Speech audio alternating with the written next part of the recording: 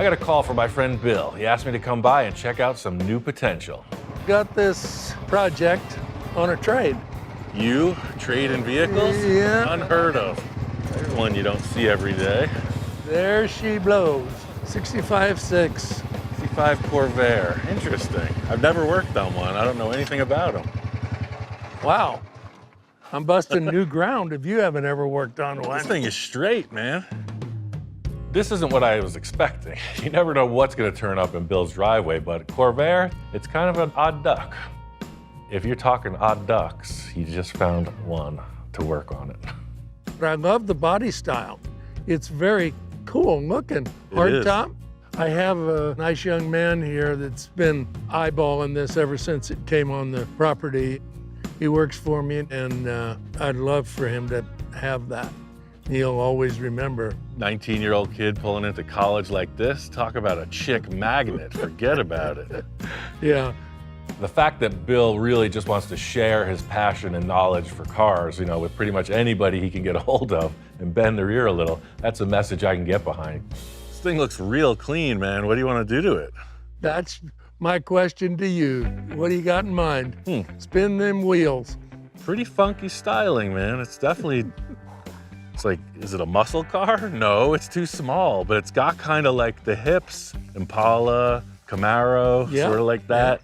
It almost makes me feel like the Ghia influence, like the Carmen Ghia and the VW stuff, where it was kind of a different take on that German styling. This has like a kind of an Italian feeling to it. Yeah, exactly. Typical public opinion, the Corvair isn't like, you know, the prom queen. It's not the stellar best car in the universe for whatever reason. It's got opportunity in pretty much any direction. It's just old. Kind of like... Here I am. It's kind of like us. I know something about getting old. A little rough around the edges, but got good bones. It's got some bones. Got dual exhaust.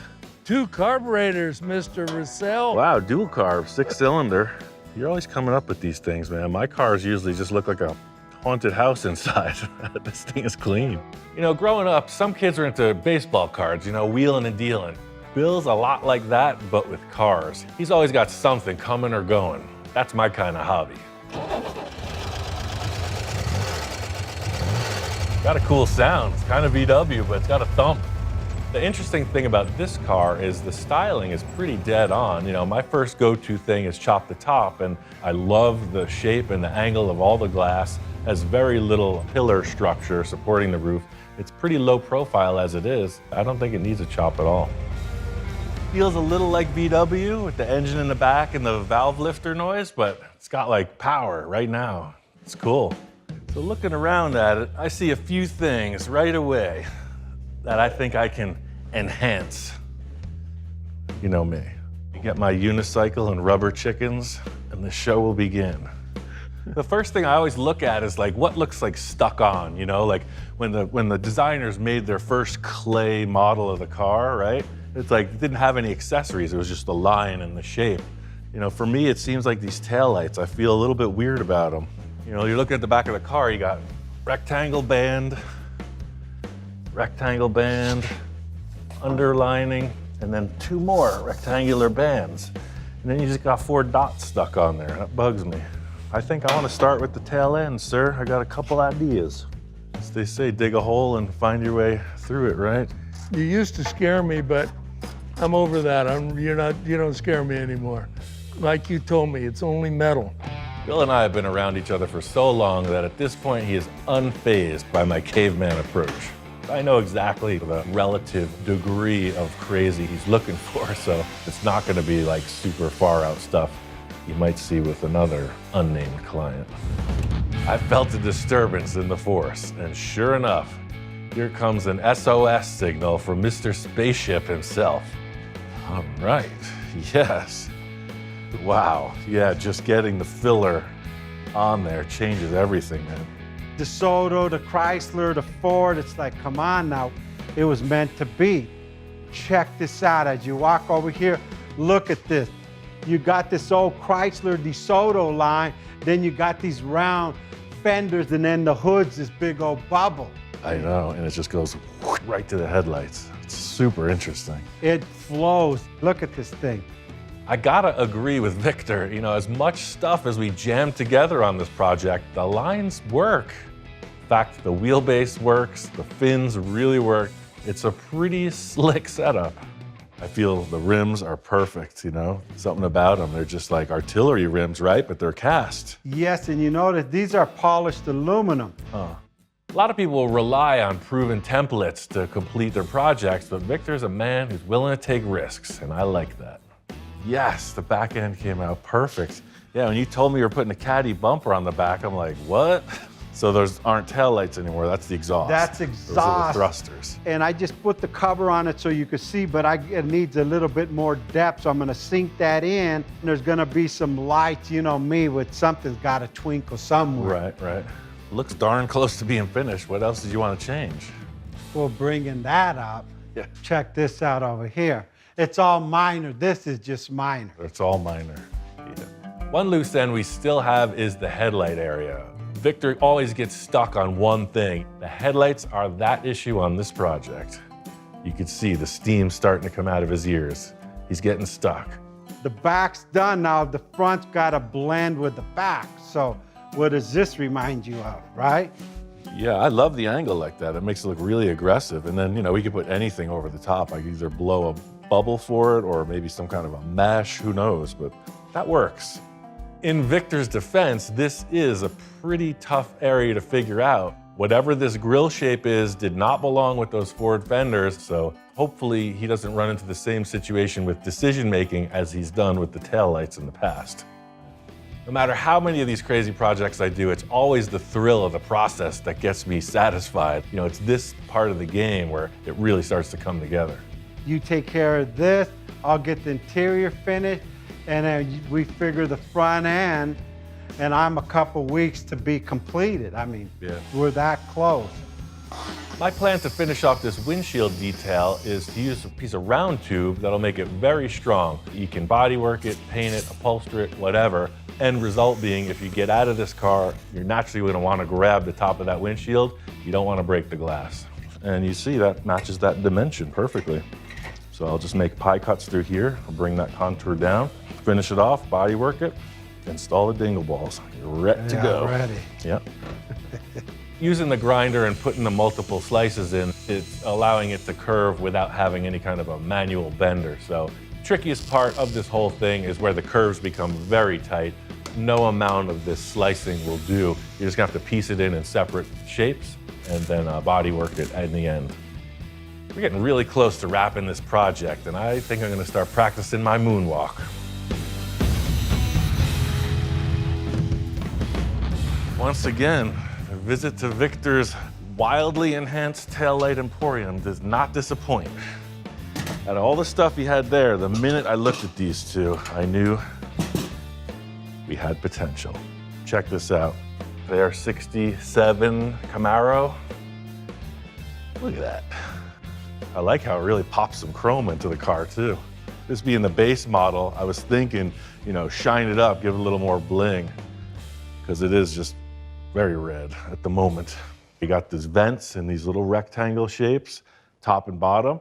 Now the tail lights will be in this little rectangle shape, I think. I don't know where I heard the story, but the Camaro apparently had some influence from the Corvair or versa versa with the concepts. I don't know anybody who has a problem with the Camaro in general, right? It's kind of a hit.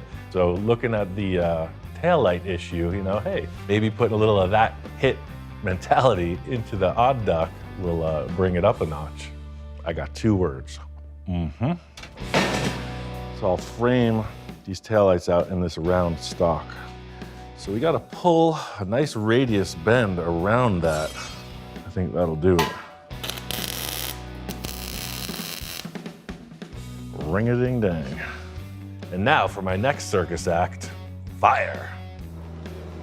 It's stainless steel, so it's a little bit different when you heat it. Really holds the heat, as opposed to, say, aluminum, which spreads the heat out.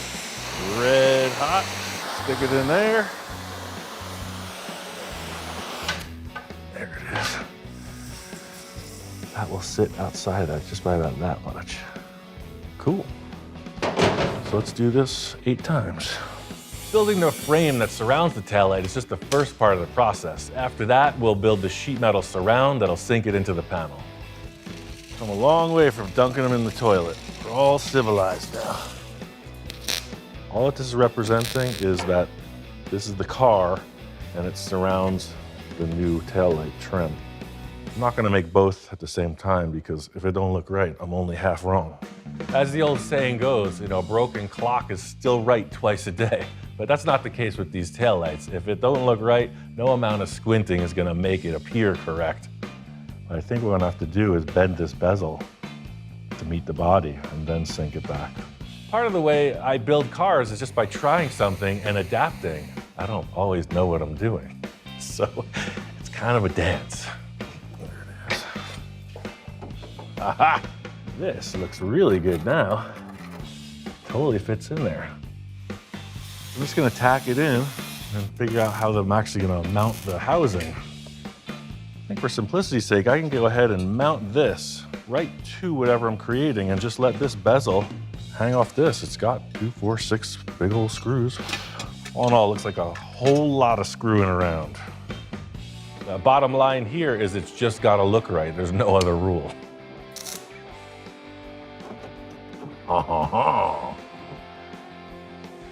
I like it sunk way in like that, but hey, that's just me. So that kind of gives it the half and half right there.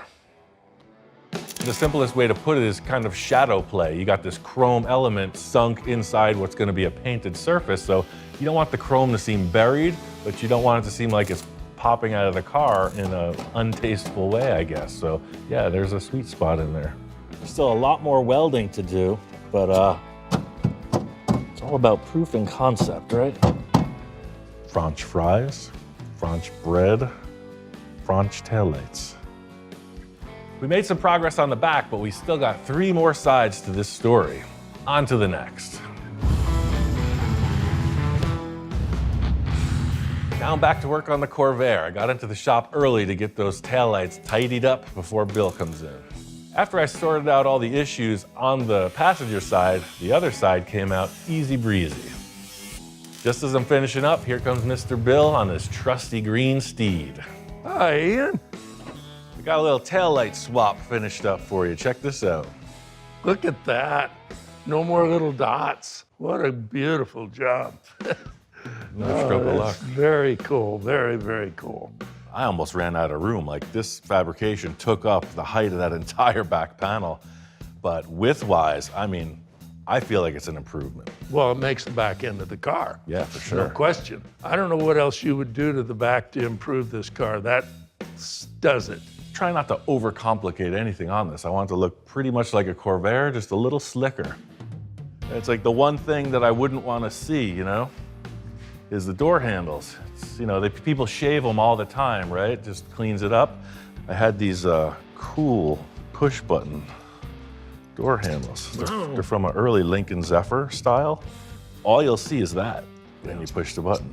I love that it's going to match the key, You got the roundness. Two little blips on there. The idea is less is more, right? I'm seeing this. Sometimes when you go off, I go, what's he gonna do? This I see. I'm just gonna work from the back and just kind of spin Working around. your way around. Yeah, see what else it needs. Looks like Bill and I are on the same page. Now all I gotta do is make it happen. Every good fabrication story starts with a little disassembly. I just feel like the door handles on this Corvair, production-wise, look like add-ons. The French taillights in the back, very slick, very smooth, Side profile of the car, you don't want anything sticking off of that, so I think that the push-button door openers are the key. Because there's a little tab in there. When you push the button, it pushes the button. Can you dig it? They came with this little square plate. That's your door right there. That's pretty clean, eh? It's kind of old-fashioned, but it's also kind of futuristic. My plan here is to center the push button right on top of the interior door mechanism. I want to maximize the leverage to make it the easiest push on the button to open the door possible. Yeah, that'll work.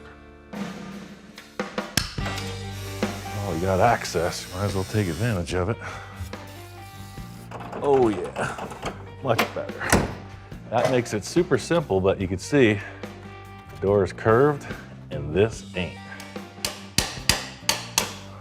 Flush mount.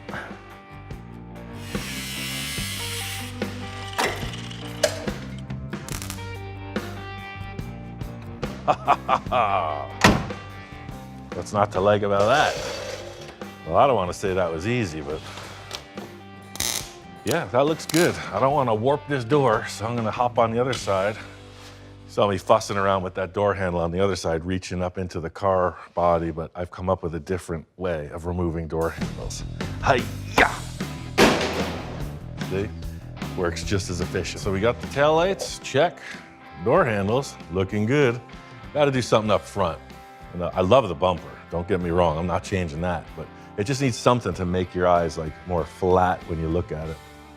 Nothing seals the deal like the full 360. Mr. Cacho called me back out to the spaceport. Just another day in paradise. Oh boy, what's this about? It's cool, isn't it? It's neat, yeah. It's a Kaiser Manhattan. Yeah, it is. As far as Victor's last-minute enhancements go, we could be in big trouble. Walking in and seeing a whole car as we're approaching the finish line, it could get thick. It's a donor car. A donor car? I thought you were like in primer, just about ready to paint. This is exactly what I'm talking about. I mean, sound the alarm. We're coming in on a crash landing. I seen this car and I knew we had to use a couple parts off of this thing. Look at it. This will solve every problem we've ever had. So that's your motto, as usual. Nothing fixes cars like more cars, right? I must say, Victor's come to the right place. If there's anyone with special vision that can see the beauty where others might not, it's you-know-who. You want to see something cool. We primered it so you could see it all as one piece, not Frankenstein. Look at that thing. Oh yes, this is the first layer of icing on the cake. This is where it really starts to shine, you know? One color in primer, you really get the feeling of the dimension of this vehicle. You know, we built a couple cars together. This is the coolest one we've ever done, and I thought the boat was cool. Yeah, the boat was something. The only missing link was the headlight. Good call. Sounds like Victor settled on a headlight choice in the nick of time. Seems like we're just about one step away from paint. Yeah, let me get the side view. On the side view is pretty crazy too, the way you have it. Watch, look at it, I'll hold it for you. I mean, look at that, huh? Way better. Right, I mean, on the side. And then you like, just take that bulb, and rotate straighten it. Out. Yep. I'm really surprised how well this came together. I was having a big problem with the openings in the fender because it was that kind of Batmobile cavern-looking headlight. The Kaiser choice softens it right up. All right, that's it then. So what's the problem? What's the problem? What are you gonna do with the rest of the car now? Hey, now I got another project. Thank you. I saw right through that from the start. We brought this car from Reno, and all I needed was this. You're kidding me, You could have right? put that in your carry-on bag for the commuter flight, man. Hey, what are you doing next week? I'm going to Disneyland. It's not time to celebrate just yet. I gotta come up with a way to make these headlights look like they belong there, not like we just dragged some car all the way out of Nevada and stuck it on the front of this concoction. I expected like total deconstruction. I said, I'm gonna get Ian back. And it fits right in. Pressure fit. I like it. The car didn't like it. I don't know what that means. That's like Maybe when we need a DeSoto. Or That's like when I feed my dog a piece of apple. That's exactly what happens. It just pops right back out.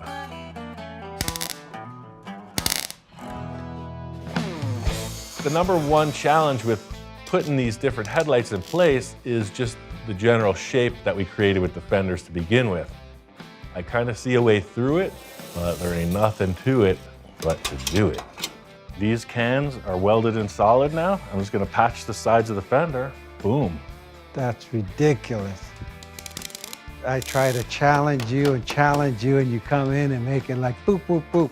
Done. What's that all about? I always wonder what Victor's gonna do with the paint and interior. One of Victor's upholstery guys, Roger, super talented guy, created the entire back seat, upholstery, the whole deal. They came up with some really unique stitching design. It's looking pretty impressive. That's pretty cool, dude. Wow. That's like crazy. We are T-minus a few days from our moon launch at the Cacho Customs residence. I think we should all prepare for liftoff. We're back at Bill's place, and he's been making some progress on the Corvair. I love what you've done. The subtlety came out again. That's my middle name, sir. Don't wear it out. No, I've seen the other side of you. It's going to be Eli's car, of course. And I had he and Martine do a little bit of the body work. Yeah, no, I like the way they're going about it, too. It's coming along. Kind of anxious to see what else you've got up your sleeves.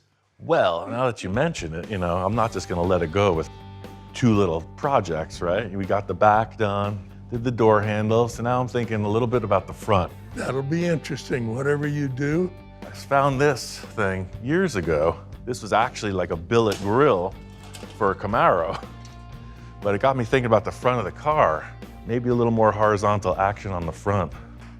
I think I sold the taillight deal because the car had taillights. I sold the door handle deal because the car had door handles.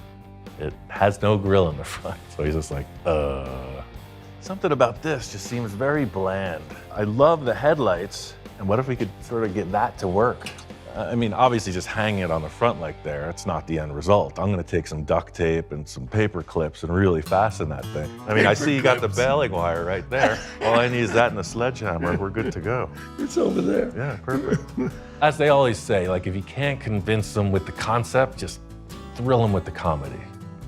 I don't mind parting with this. If you're cool with the idea, I'll just cut this up and see what I can do with it. I'm not sure about the duct tape and the paper clips. I mean, when have I led you astray before? This is a new technique. I'm just gonna strap this baby on there. I have faith.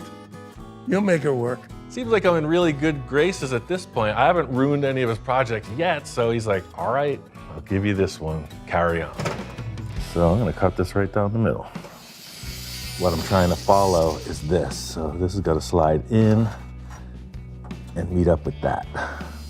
Once the cut's been made, the challenge is bringing these into position because parallel surface like this becomes like that. So you got the open bottom, so you got to trim it together. Now it's cut in half, it's all trimmed out. It's getting fit in a way that the good Lord never intended, nor any designer at General Motors. Once I got the center pretty dialed in, I'm looking towards the headlight side of things, and of course, that support bracket is right in the way. I think I'm gonna move that in. But just so I have a little mirror action to what I'm about to do on the next side, I'm gonna pin this in place. It's like all finished work. What you see is what you see. There ain't no lying, there ain't no hiding. What you get is what you get. Yeah, so I mean, looking at the Falcon and looking at the Corvair, they could be friends. I think that grill bar, really, now it looks like a classic American car. I'm happy about it. I mean, you do the Corvair before and after. I think I know which one I'd pick. All in all, it's kind of a weird decision to put a grill on the front of an air-cooled car, but I'm looking at it more as trim work. There's just a few finishing details before I do put it in place permanently. Not happy with the red paint behind it, though. It's still kind of bugging me. Just my 2 cents. I can't leave anything alone.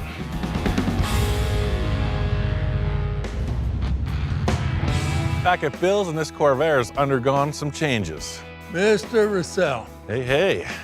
Hey, Eli. Hey, how's it going? Right on, man. what do you think? Looks great. Yeah. Way better than that scabby red paint. Oh yeah, I love the primer. It looks awesome. Yeah, for I sure. love what you did with the grill. Thanks, man. Looking at it from 100 yards away, man, you don't even recognize it as a Corvair. Exactly. The grill changes it like a lot. You guys did it. It looks good. Thanks. One of my favorite things about Bill, he's such a giver, and this opportunity he's giving Eli with this vehicle. Come on into my shop. Here's a car. Learn this. I mean, top-notch stuff. Got a little surprise for you, man. This one seat deal's been bugging me. My buddy Tom, he had a Corvair, and it had all the seats. Wow, that's Yeah, dude. awesome. Are those original seats? Oh yeah, 100%. Same Awesome. year too, 1966. Wow. Wow. What a find. Everything you need, Eli. Slightly used, and they're free. There's one big thing Bill and I have in common, and that's just knowing where the parts are, keeping a mental record. So Bill got this car somehow knowing a guy, and I got the interior somehow knowing a guy. Fits. That's the look, right? Awesome. I pulled the door panels out. He's got a new dashboard cover, and then all the seats, so you're back in action. Awesome, that's sweet. Thanks, Ian. Yeah. I really appreciate it. It just brings back memories, you know, a kid in his custom first car. About 100 or so years ago, that looked just like me. All smiles in a primer gray car.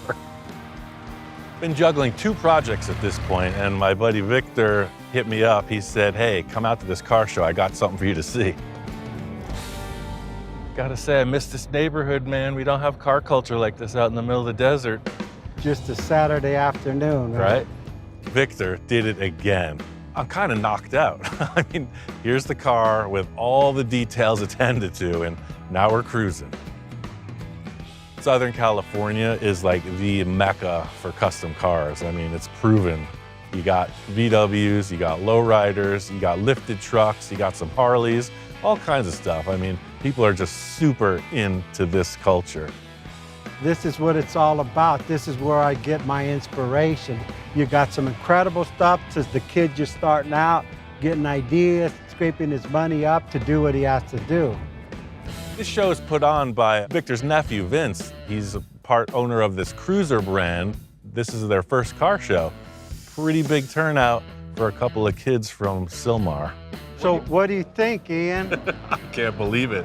Wow, that's all I could say. I love the paint. Look at the fin. Look at the way the purple pops off of over the curve. It's so good. So I said, I can't go wrong with white. And then I had a few enhancements. Then this is what happened. I love the simple graphics. And man, you know, the last minute clutch decision, you know, to buy a car for the headlights worked out perfect. Oh yeah, no, that hurt me. I still haven't told my wife yet. Right. I didn't know where we were going when we picked that car in the desert, but it's a pretty good turnaround. A lot of behind the scenes help with this one. Roger nailed these seats and door panels. Hector, he's pretty much the heavy hitter on this. He does all that hard block sanding, etc. Javi, he's the MacGyver, he makes it happen. Lino's another interior dude, but he's a jack of all trades. Ronnie did the midnight shift on a few things. Bob Coslet nailing the graphics as usual. It's a family affair. It all starts out as a joke, right? Yeah. And this is what you get. It's kind of, I don't know if it's good or bad, but hey, Oh, it's it good. looks cool to me. I think this is my favorite one yet. And I even put sparkles in there for you. I know how you like I sparkles. love it, man. I'm gonna have to put on my Elvis suit to drive this thing. Again, like huge thanks to Victor for just being the ace collaborator. I mean, sane men would never venture down this path. But here we are at the finish line. What a ride.